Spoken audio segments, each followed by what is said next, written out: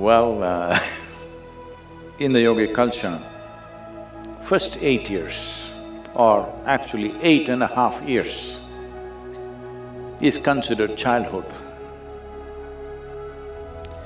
So these are not counted. Though Balavastha is up to 12, it's the 8.5 years where you're a real child. You know it from your own experience. After you're 8.5, only your parents thought you were a child, but you were secretly many things.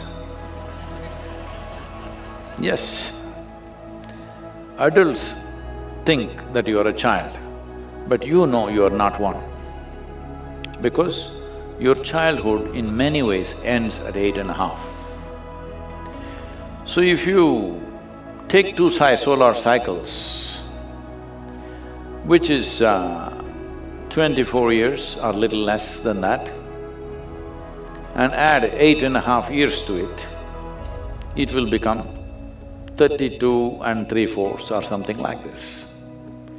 32 years and 7 months or somewhere there.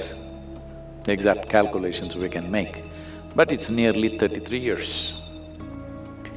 So when these two cycles end, plus the Balavastha, leaving that when it ends, it is a possibility. This is a time when your life could take on a different level of propulsion. If you have prepared yourself well, either with education or some skill or yoga or dimensions of your life, if you have prepared yourself on any of these things, that is the time when it can propel, or that is the time when it can start crashing.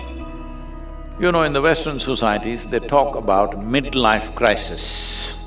It usually starts around 33, 34 years of age. Suddenly people don't know what to do with themselves, life getting meaningless. Or those who are successful, they find traction and suddenly they explode into different levels of success or well-being. All this can happen because within the system, it has completed a certain cycle. Either it can take off or it can crash. So sadhana for before 33 years of age is one kind, that is more preparatory in nature, so that when that moment comes, they will be able to make it into a positive time in their life. Because how positive it becomes at the age of 32 to 33 years of age, this will largely determine the trajectory of one's life and impact in the entire life. Your entire life will be largely… the trajectory of that will be decided at that. If life doesn't really take off at that level, then you may do well, but you will never fly. You will, uphill task. Not that you can never fly, that's a wrong thing to say, but difficult. You need more fuel to fly. You will need lot more fuel to fly. But if you've brought your life, your physiological structures, your energy structures, your internal geometry, if you brought it to a certain level of maturity by the time you're 33, then life takes off much more effortlessly. Otherwise, it will need much more effort. This is why we set up sadhana for below 33 years of age, so that they prepare, they organize their internal geometry, they organize their energies, they conserve themselves in such a way, when life wants to burst forth, you have the necessary fuel to do it. See, you want to throttle up now and fire up really big, but your tank is empty. That's going to be trouble. It doesn't matter how much possibilities are there, your tank is empty, now this is not going to fly. Everything else may be great, you may have education, you may have knowledge, but still you won't fly easily because of this.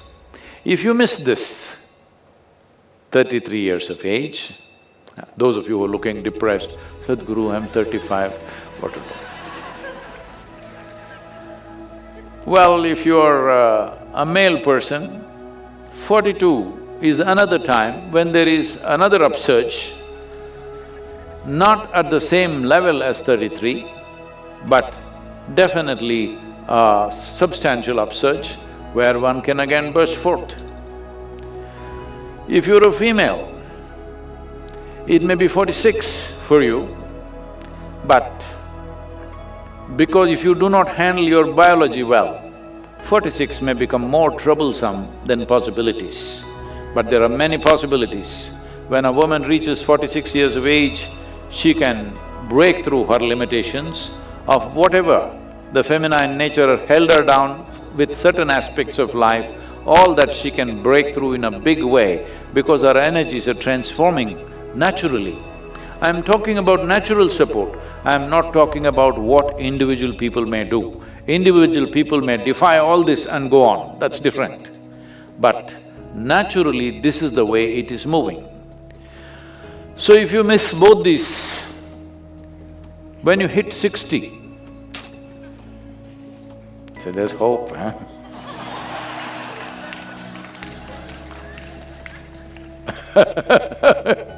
When you hit 60, in many ways, your fundamental structure within the system is changing. You are not much of a man or not much of a woman unless you are in your head. If you're too much in your head, it will be, otherwise in body, you're neither not too much of a man nor too much of a woman. This gives you a new possibility. A whole lot of people burst forth at this time, but by then a lot of people are sick, they got various problems and they're carrying baskets of karma on their head. Because of this, by 60, their back may be bent and they're defeated and their visits are only to medical spaces, not to sacred spaces, but to doctors and psychiatrists and stuff like this. If you've gone there, you will miss that bus also. But 60 is a tremendous possibility. This is why in this culture, if you… at the age of 60, there are various rituals to do. If you're a married person, when you become 60, you get married once again so that it becomes a new possibility, that it is not a trap, it is not a bondage, becomes a possibility. That is the idea of 60 years of, when people become 60, they get married once again to the same person. You have to specify this today. Today you have to specify this, otherwise it was always understood that way. So you marry the same person once again because when you married at 20 or 25 or whatever age, body was dominant. At 60, your consciousness could be dominant and there are new possibilities. So, whether married people go through these kind of things, others go through other kinds of rituals, and many people start their yogic sadhana only at 60. But for all this, you must at least keep yourself in a reasonable shape and form. If you're trying to imitate Mother Earth, or you become sick in various ways, then that possibility will not be available. So if you're below 33, best to hit the 33. Before 33, you have energized yourself, you organized your geometry in such a way that you are never the impediment in your life. You are not the issue. This one thing you must do. There are 1,000 issues in the world, but you are not the issue. This much you do, then you don't worry about these times. You are 33, 34, 35, you can fire up any time. I'm sorry, should I say all the numbers? No, you can fire up any time. But in terms of preparation, up to 33, 32 years and 7 months, to be reasonably precise, if you done enough preparation in reorganizing your geometry, your energetic processes, your thoughts, your emotions, if you settle these things, then life will open up like a burst. So, we are trying to do this with our Samskriti children. Everybody is wondering, what will they do, what will they do, where will they get a job, how will they go to McKinsey, how will they go somewhere else? They will not go to those places, but they will go to better places because the way they're organizing their energies, the way they're organizing their geometry, If… because we have to release them by the time they're 18, 20, they've completed this. If as soon as they go home, if the parents don't mess them up, I hope they won't do it, because they had the wisdom and the courage to put their children in Samskriti. But they become overly concerned. Now you're 20 and you don't have a certificate, what will you do? As I've spoken in recent times, this is only now, in the last 60 to 70 years, that you have to stick a certificate in your face and go, and that stupid certificate opens doors for you. Otherwise, never in the history of humanity, a certificate opened a door. It is only you, your competence, which opened the door. Once again, world is moving that way. A whole lot of business enterprises are no more asking for your qualification, they're just asking what can you do or what have you done till now. And that is where it will go. If you invest enough time in organizing your system till you're 33 years of age, well, when that moment comes, possibilities open up naturally and many things are possible. You should not also exhaust yourself too early, this is important.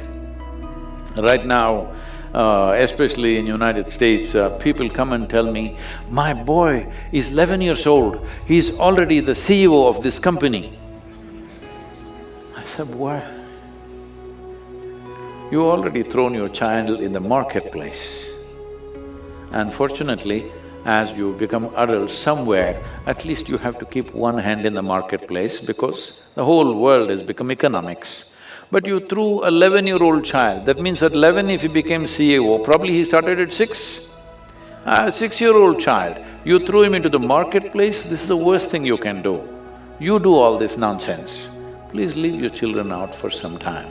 Let them grow, their body, their brain, their sense of perception and their geometry. You must understand, this is very important. In the physical world, if something significant has to happen, the geometric equanimity and the geometric smoothness of existence is needed. If that is not there, well, you can do many things, but all that you will do is friction and suffering. If there is no geometric equanimity, if you look at any mechanical object, any machine, you will see if there is no geometric equanimity, all that will happen is friction. You must understand, physical world, whether it is the galaxy or the solar system or this body, these are all mechanical functions. It all depends on geometry. How smooth the geometry is, that is how smoothly it will function. Otherwise, it will become frictious. When it's frictious, the faster you go, the more you will suffer. This is happening. Successful people on the planet who are trying to be on the fast lane of life are suffering lot more than those who have failed in their lives. Though if you fail in your life, well, you can walk on the beach and enjoy yourself because you have the time. This is a beautiful thing about failure, you have time. Hey, what is this, guys? I didn't know there were so many of you. Success, the problem with success is, when you're successful, there's no time for anything. So you have to become super alert if you want to still imbibe life and know the taste of life every moment of your life.